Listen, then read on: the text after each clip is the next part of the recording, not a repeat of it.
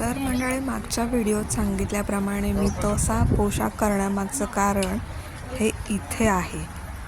इथे बघा, प्रत्येक लेडी ही अशीच दिसणार आहे, पूर्ण पांघरून घेतलेली डोक्यापासून. हे डोक्याचा भाग उघडा दिसणार नाही, हात पूर्ण झाकलेले, पायापर्यंत पूर्ण कपडे घातलेले दिसणार आहे. आणि हे असं का आहे हे मी तुम्हाला आता सांगणार आहे. आणि त्याच गोष्टीसाठी मी हा असा पोशाख केलेला आहे, जो मी मागच्या व्हिडिओमध्ये मेन्शन केला होता. सो आता आपण चला बघूया. नमस्कार. हा ओमानमधला माझा चौथा दिवस आहे आणि आज मी सुलतान कबूस ग्रँड मॉस्कला व्हिजिट करायला आले आहे. तिथे हा ड्रेस कोड फॉलो करावा लागतो.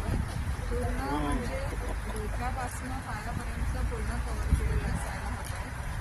म्हणजे हाताचा पूर्ण झाकलेला ड्रेस मोठं अजिबात मोठं आहे. आणि तुम्ही म्हणाल की मी याच्या खाली स्लीवलेस वगैरे झाल्यानंतर ते चालणार नाही. फुल स्लीव्स किंवा किफोर्ड स्लीव्स असायला हवे, कारण ते चेक करतात असते. म्हणजे काहीच असं नसतं. आणि आता पुढे बघू आपण.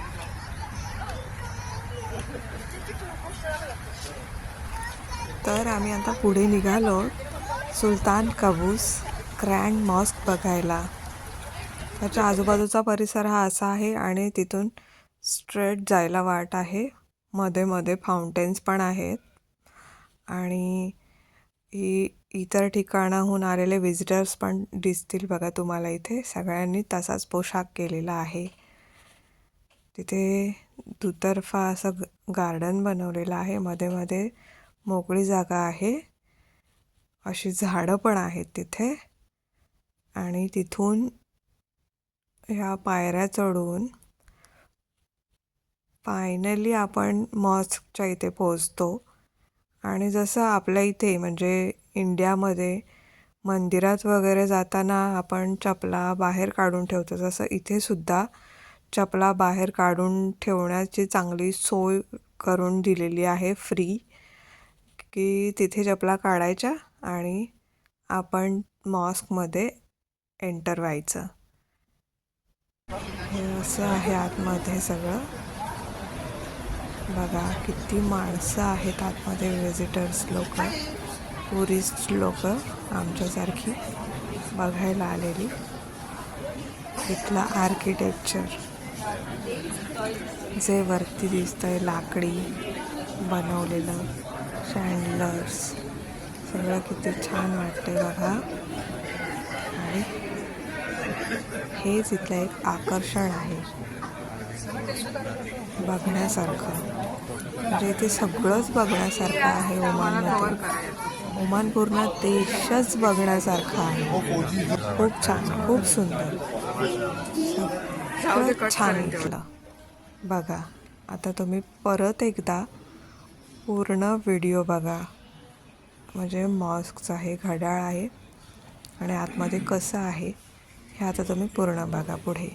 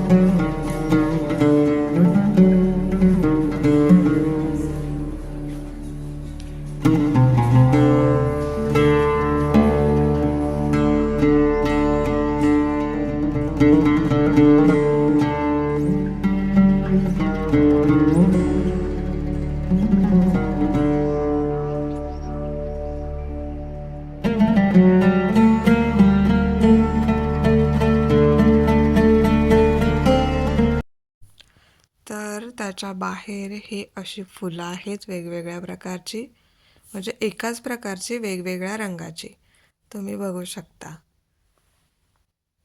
आणि सगळं कसं एकदम नीटनेटकं आहे इथे. म्हणजे हे गार्डन म्हणजे प्रत्येक ठिकाणाची फुलझाडं म्हणा, नॉर्मल झाडं म्हणा किंवा शोची झाडं म्हणा, ही एकदम आकारबद्ध केलेली आहेत बघा. आणि मला ते खूप आवडलेली आहेत. मी तिथल्या प्रत्येक ठिकाणी प्रत्येक फुलाच्या ठिकाणी थांबून थांबून व्हिडिओ केलेला आहे बघा. इथे तर पूर्ण एक प्लॉटच असा केलेला आहे तयार फुलांचा. आणि तिथे मुलं म्हणा, छोटी मुलं म्हणा, येणारा प्रत्येकजण आकर्षितच होता तिथे हे बघण्यासाठी बघा. वेगवेगळ्या प्रकारची फुलं. आणि मला पण मोह आवरता घेता आला नाही. मी पण तिथे उभे राहून व्हिडिओ करून घेतला आहे.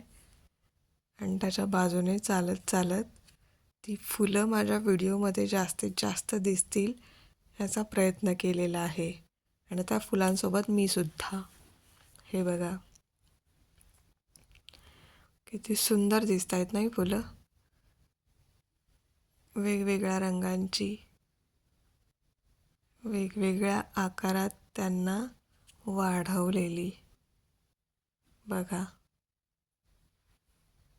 तिथून जाऊच नाही असं वाटत होतं, पण फायनली मी निघाले तिथून.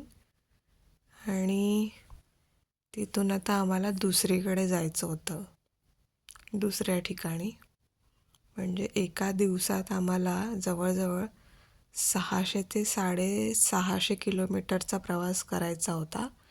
एका राज्यातून दुसऱ्या राज्यात जायचं होतं.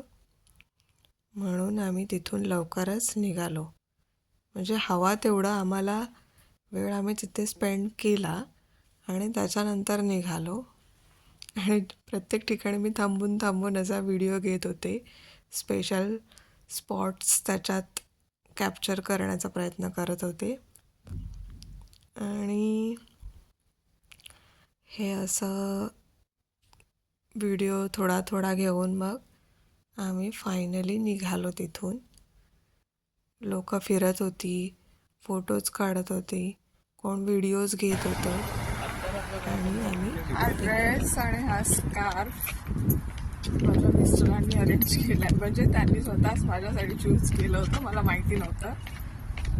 आणि हे मला ॲनिव्हर्सरीच्या सकाळीच सरप्राईजमध्ये मिळालेलं आहे सगळं, ज्याचा मी व्हिडिओ नंतर लास्टला टाकणारच आहे. की सगळं all about my anniversary, I will try to capture it in one video. Okay, so stay tuned with us. Thank you.